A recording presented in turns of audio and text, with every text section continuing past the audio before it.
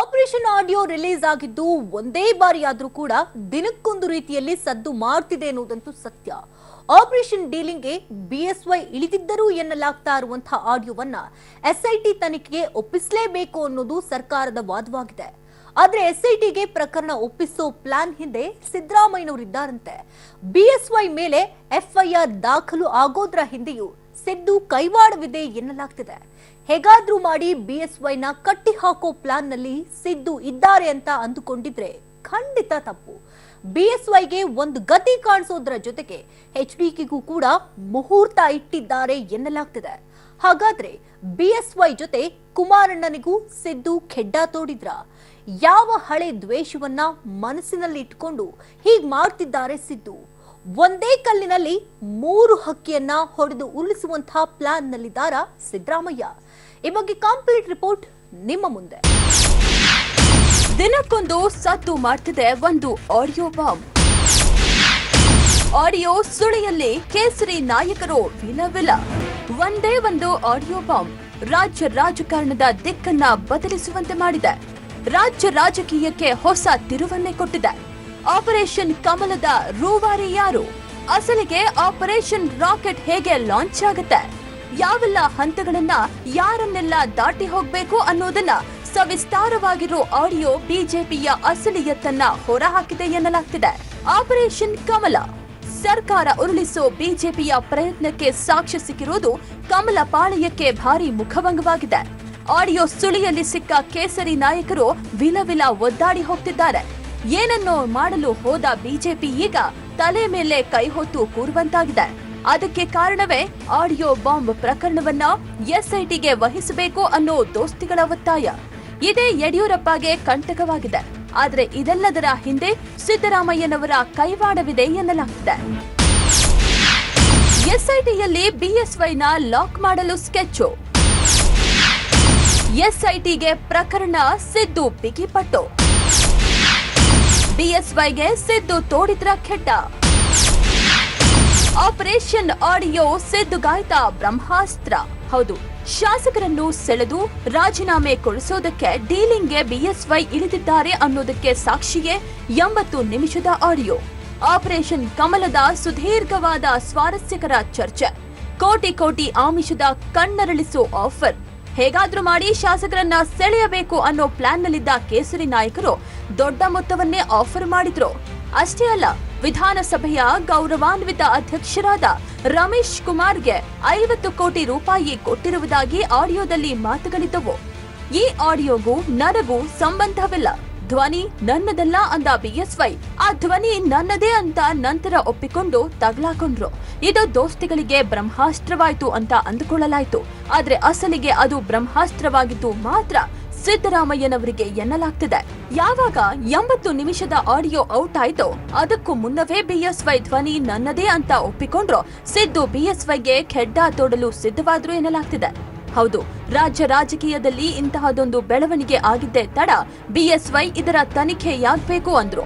ಕುಮಾರಣ್ಣ ಕೂಡ ತನಿಖೆಯಾಗ್ಲಿ, ಎಸ್ಐಟಿಗೆ ಇದನ್ನ ವರ್ಗಾವಣೆ ಮಾಡೋಣ ಅನ್ನೋ ನಿಲುವಿಗೆ ಬಂದ್ರು.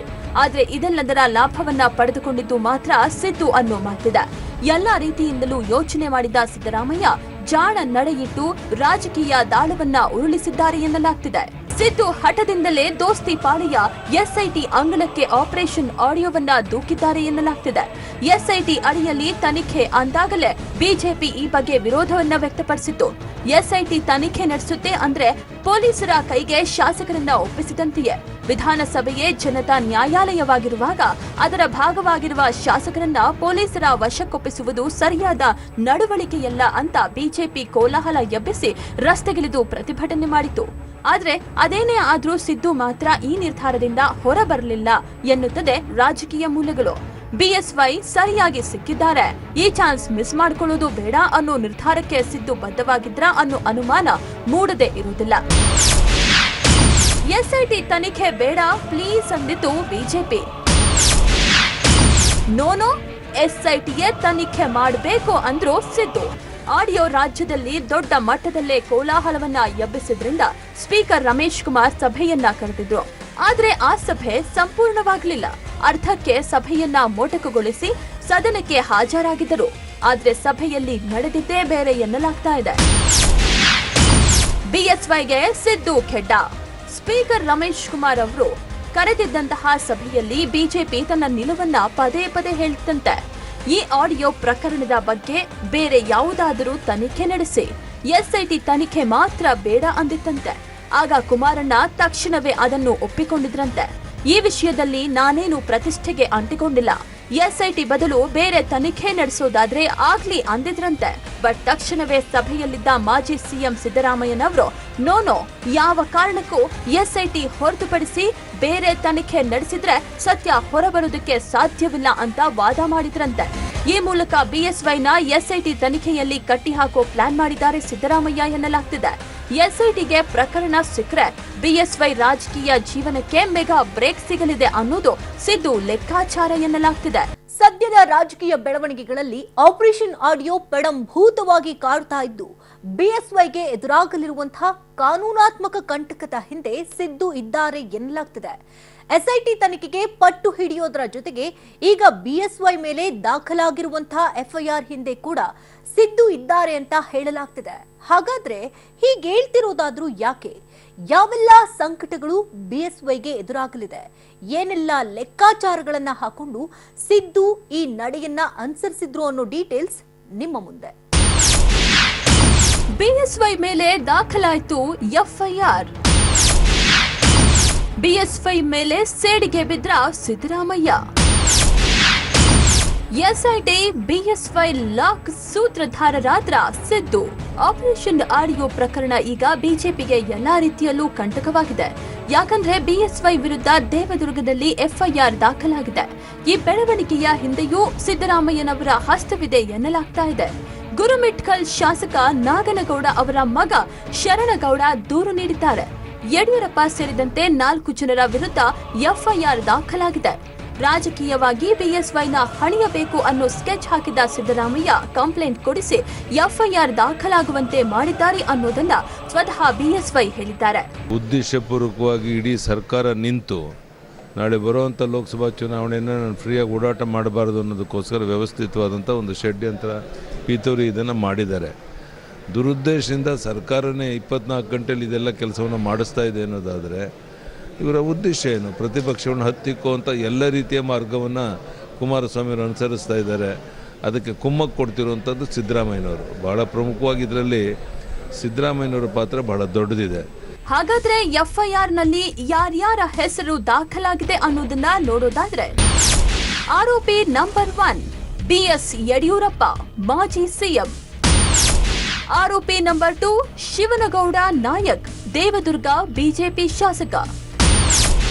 ಆರೋಪಿ ನಂಬರ್ 3 ಪ್ರೀತಂ ಗೌಡ, ಹಾಸನ ನಗರ ಬಿಜೆಪಿ ಶಾಸಕ. ಆರೋಪಿ ನಂಬರ್ 4 ಮರಂಕಲ್, ಕಲಬುರಗಿ ಮೂಲದ ರಾಜಕಾರಣಿ. ಅಂದು ಐಬಿಯಲ್ಲಿ ನಡೆದ ಎಲ್ಲಾ ಘಟನೆಯನ್ನ ಕಂಪ್ಲೇಂಟ್ನಲ್ಲಿ ದಾಖಲು ಮಾಡಿದ್ದಾರಂತೆ ಶರಣಗೌಡ. ಈ ಐಡಿಯಾ ಕೊಟ್ಟಿದ್ದೇ ಸಿದ್ದರಾಮಯ್ಯ ಅನ್ನೋ ಮಾತುಗಳು ಇವೆ. ಈ ಮೂಲಕ ಬಿಎಸ್ವೈಗೆ ಸಂಕಷ್ಟ ಎದುರಾಗುವುದು ಪಕ್ಕಾ ಎನ್ನಲಾಗ್ತಿದೆ. ಹಾಗಾದ್ರೆ ಯಾವೆಲ್ಲ ಸಂಕಟಗಳು ಎದುರಾಗುತ್ತವೆ ಅನ್ನೋ ಲೆಕ್ಕಾಚಾರವನ್ನ ಹಾಕಿ ಸಿದ್ದು ಐಡಿಯಾ ಮಾಡಿದ್ದು ಅನ್ನೋದನ್ನ ನೋಡೋದಾದ್ರೆ, ಯಡಿಯೂರಪ್ಪಗೆ ಸಂಕಟ. ಐಪಿಸಿ ಸೆಕ್ಷನ್ 120B ಕ್ರಿಮಿನಲ್ ಸಂಚು, ಕನಿಷ್ಠ 6 ತಿಂಗಳ ಜೈಲು ಶಿಕ್ಷೆ. ಐಪಿಸಿ ಸೆಕ್ಷನ್ 560 ಬೆದರಿಕೆ, ಗರಿಷ್ಠ 2 ವರ್ಷಗಳ ಜೈಲು ಶಿಕ್ಷೆ. ಐಪಿಸಿ ಸೆಕ್ಷನ್ 34 ಒಂದೇ ಉದ್ದೇಶ ಇಟ್ಕೊಂಡು ಇತರರೊಂದಿಗೆ ಸೇರಿ ಕ್ರಿಮಿನಲ್ ಕೃತ್ಯ. ಅಷ್ಟೇ ಅಲ್ಲ, ಕೋಟಿ ಹಣದ ಆಮಿಷವನ್ನ ಕೊಟ್ಟಿರೋದ್ರಿಂದ ಭ್ರಷ್ಟಾಚಾರದ ಆರೋಪದಡಿ ಜೈಲು ಶಿಕ್ಷೆಯಾಗೋ ಚಾನ್ಸಸ್ ಇದೆ. ಈ ಲೆಕ್ಕಾಚಾರವನ್ನು ಸಿದ್ದು ಆಲೋಚಿಸಿಯೇ ಈ ಸ್ಕೆಚ್ ಹಾಕಿದ್ದಾರೆ ಎನ್ನಲಾಗ್ತಿದೆ. ಒಂದೆಡೆ ಈ ಕೇಸ್ ಬಿಎಸ್ವೈಗೆ ಸಂಕಟವನ್ನ ತಂದೊಡ್ಡಿದ್ರೆ, ಮತ್ತೊಂದೆಡೆ ಎಸ್ಐಟಿ ತನಿಖೆ ಬಾಧಿಸಲಿದೆ. ಎಸ್ಐಟಿ ಭ್ರಷ್ಟಾಚಾರ ನಿಯಂತ್ರಣ ಕಾಯ್ದೆಯಡಿ ತನಿಖೆ ಮಾಡುತ್ತದೆ. ಇದು ಬಿಎಸ್ವೈಗೆ ಸಂಕಟವನ್ನ ಹೆಚ್ಚು ಮಾಡಲಿದೆ ಅನ್ನೋದು ಸಿದ್ದು ಸ್ಕೆಚ್ ಆಗಿದೆ ಎನ್ನಲಾಗ್ತಾ ಇದೆ. ಹಾಗಾದ್ರೆ ಭ್ರಷ್ಟಾಚಾರ ನಿಯಂತ್ರಣ ಕಾಯ್ದೆಯಿಂದ ಬಿಎಸ್ವೈ ಎದುರಿಸಬೇಕಿರೋ ಸಂಕಷ್ಟಗಳೇನು ಅನ್ನೋದನ್ನ ನೋಡೋದಾದ್ರೆ, ಯಡಿಯೂರಪ್ಪಗೆ ಸಂಕಟ. ಭ್ರಷ್ಟಾಚಾರ ತಡೆ ಕಾಯ್ದೆ 1988 ಸೆಕ್ಷನ್ 8 ಸಾರ್ವಜನಿಕ ಸೇವೆಯಲ್ಲಿರುವ ವ್ಯಕ್ತಿಗೆ ಲಂಚದ ಆಮಿಷ ಒಡ್ಡುವುದು. ಶಾಸಕರು ಸೇರಿದಂತೆ ಸಾರ್ವಜನಿಕ ಸೇವೆಯಲ್ಲಿರುವ ವ್ಯಕ್ತಿಗಳಿಗೆ ಆಮಿಷ. ಕನಿಷ್ಠ 6 ತಿಂಗಳು, ಗರಿಷ್ಠ 5 ವರ್ಷ. ಭ್ರಷ್ಟಾಚಾರ ತಡೆ ಕಾಯ್ದೆ 1988 ಸೆಕ್ಷನ್ 12 ಸೆಕ್ಷನ್ 7 11 ಹೇಳಲಾದ ಕೃತ್ಯಗಳಿಗೆ ಪ್ರಚೋದನೆ ಆರೋಪದಡಿ ಶಿಕ್ಷೆ ಹೇಳುವ ಸೆಕ್ಷನ್ 12 ಕನಿಷ್ಠ 6 ತಿಂಗಳು ಗರಿಷ್ಠ 5 ವರ್ಷಗಳ ಶಿಕ್ಷೆ. ಹೌದು, ಬಿಎಸ್ವೈ ವಿರುದ್ಧ ಕೇಸು ದಾಖಲು ಮಾಡುವುದರಿಂದ ಎಸ್ಐಟಿ ತನಿಖೆಗೆ ಪಟ್ಟು ಹಿಡಿಯೋದ್ರಿಂದ ಇಷ್ಟೆಲ್ಲ ಬೆನಿಫಿಟ್ಗಳಿವೆ ಅನ್ನೋದನ್ನ ಯೋಚಿಸಿಯೇ ಈ ದಾಳವನ್ನ ಸಿದ್ದು ಉರುಳಿಬಿಟ್ಟಿದ್ದಾರೆ ಎನ್ನಲಾಗ್ತಿದೆ. ಲೋಕಸಭಾ ಹೊತ್ತಲ್ಲಿ ಬಿಎಸ್ವೈಗೆ ಒದ್ದಾಟ ಪಕ್ಕ ಅನ್ನೋ ಲೆಕ್ಕಾಚಾರ ಸಿದ್ದರಾಮಯ್ಯನವರದಾಗಿದೆ ಅನ್ನಲಾಗ್ತಾ ಇದೆ. ಸಿದ್ದರಾಮಯ್ಯನವರು ಈ ಆಡಿಯೋ ಬಾಂಬ್ ಮೂಲಕ ಬಿಎಸ್ವೈಗೆ ಮಾತ್ರ ಕೆಡ್ಡ ತೋಡಿಲ್ಲ, ಜೊತೆಯಲ್ಲಿ ಕುಮಾರಣ್ಣನಿಗೂ ಕೂಡ ಸ್ಕೆಚ್ ಹಾಕಿದ್ದಾರಂತೆ. ಒಂದೇ ಕಲ್ಲಿಗೆ 3 ಹಕ್ಕಿಗಳನ್ನ ಹೊಡೆಯೋ ಮೆಗಾ ಸ್ಕೆಚ್ ಹಾಕಿದ್ದಾರಂತೆ ಸಿದ್ದು. ಹಾಗಾದ್ರೆ ಆ ಸ್ಕೆಚ್ ಏನು, ಸಿದ್ದು ಪ್ಲಾನ್ ಏನು ಅಂತ ಹೇಳ್ತೀವಿ, ನೋಡ್ಕೊಂಡು ಬನ್ನಿ. ಬಿಎಸ್ವೈ ಜೊತೆ ಕುಮಾರಣ್ಣನಿಗೂ ಸ್ಕೆಚ್ ಹಾಕಿದ್ರ ಸಿದ್ದು. ಆಡಿಯೋ ಪ್ರಕರಣ ಕುಮಾರಣ್ಣನಿಗೂ ಕಂಟಕವಾಗುತ್ತಾ? ಬಿಎಸ್ವೈ ರಾಜಕೀಯದಲ್ಲಿ ಮತ್ತೆ ಮೇಲೇಳದಂತೆ ಮಾಡಲು ಈಗ ಸಿಕ್ಕಿರೋ ಆಪರೇಷನ್ ಆಡಿಯೋವನ್ನ ಸದ್ಬಳಕೆ ಮಾಡಿಕೊಳ್ಳೋ ಪ್ಲಾನ್ ನಲ್ಲಿದ್ದಾರೆ ಸಿದ್ದು. ಇದೇ ಪ್ರಕರಣದಿಂದ ಕುಮಾರಣ್ಣನಿಗೂ ಖೆಡ್ಡ ತೋಡುವ ಸ್ಕೆಚ್ ಒಂದನ್ನ ಹಾಕಿಕೊಂಡಿದ್ದಾರಂತೆ ಸಿದ್ದು. ಆಡಿಯೋ ಕೇಸ್ ಎಸ್ಐಟಿ ಮೂಲಕ ತನಿಖೆಯಾಗಿದ್ದೆ ಆದ್ರೆ ಕುಮಾರಣ್ಣನಿಗೂ ಕಂಟಕ ತಪ್ಪಿದ್ದಲ್ಲ ಎನ್ನಲಾಗ್ತಿದೆ. ಯಾಕಂದ್ರೆ ಆಪರೇಷನ್ ಆಡಿಯೋವನ್ನ ಕುಮಾರಣ್ಣ ಗೃಹ ಕಚೇರಿಯಲ್ಲಿ ಬಿಡುಗಡೆ ಮಾಡಿದ್ರು. ಅದರಲ್ಲಿ ಆಪರೇಷನ್ ಡೀಲಿಂಗ್ ಬಗ್ಗೆ ಬಿಎಸ್ವೈ ಮಾತನಾಡಿದ್ದಾರೆ ಎನ್ನಲಾದ ಧ್ವನಿಯಿತ್ತು. ಬಿಎಸ್ವೈ ಜೆಡಿಎಸ್ ಶಾಸಕನ ಮಗನನ್ನ ಭೇಟಿ ಮಾಡಿದ್ದು ನಿಜ ಒಪ್ಪಿಕೊಂಡ್ರು. ಆದ್ರೆ ಈ ಬಗ್ಗೆ ಎಸ್ಐಟಿ ತನಿಖೆ ಮಾಡಿದ್ರೆ ಬಿಎಸ್ವೈ ಜೊತೆಗೆ ರಾಜ್ಯ ಸಿಎಂ ಆಗಿರೋ ಕುಮಾರಣ್ಣ ಕೂಡ ವಿಚಾರಣೆಯನ್ನ ಎದುರಿಸಬೇಕಾಗುತ್ತೆ. ಇದೆಲ್ಲವೂ ನ್ಯಾಯಾಲಯದಲ್ಲಿ ಪ್ರಸ್ತಾಪವಾಗಬೇಕಾಗುತ್ತೆ. ರಾಜಕೀಯ ವೈರಿಗಳಾದ ಬಿಎಸ್ವೈ ಹಾಗೂ ಕುಮಾರಸ್ವಾಮಿ ಅವರನ್ನ ಭವಿಷ್ಯದಲ್ಲಿ ಹಣಿಯಲು ಇದೊಂದು ಅಸ್ತ್ರವಾಗಲಿದೆ ಅನ್ನೋದು ಸಿದ್ದು ಲೆಕ್ಕಾಚಾರ ಎನ್ನಲಾಗ್ತಿದೆ. ಹಾಗಾಗಿಯೇ ಎಸ್ಐಟಿಗೆ ಆಡಿಯೋ ಪ್ರಕರಣವನ್ನ ವರ್ಗಾವಣೆ ಮಾಡಬೇಕು ಅನ್ನೋದಕ್ಕೆ ಸಿದ್ದು ಪಟ್ಟು ಹಿಡಿದಿದ್ರು ಎನ್ನಲಾಗ್ತಿದೆ. ಕುಮಾರಣ್ಣ ಎಸ್ಐಟಿಗೆ ಈ ಕೇಸ್ ಕೊಡೋ ಬಗ್ಗೆ ಮಾತನಾಡಿದ್ರು ಕೂಡ ಈ ವಿಚಾರದಲ್ಲಿ ಸ್ವಲ್ಪ ಸಡಿಲವಾದಂತೆ ಸಿದ್ದು ಗಮನಕ್ಕೆ ಬಂತಂತೆ.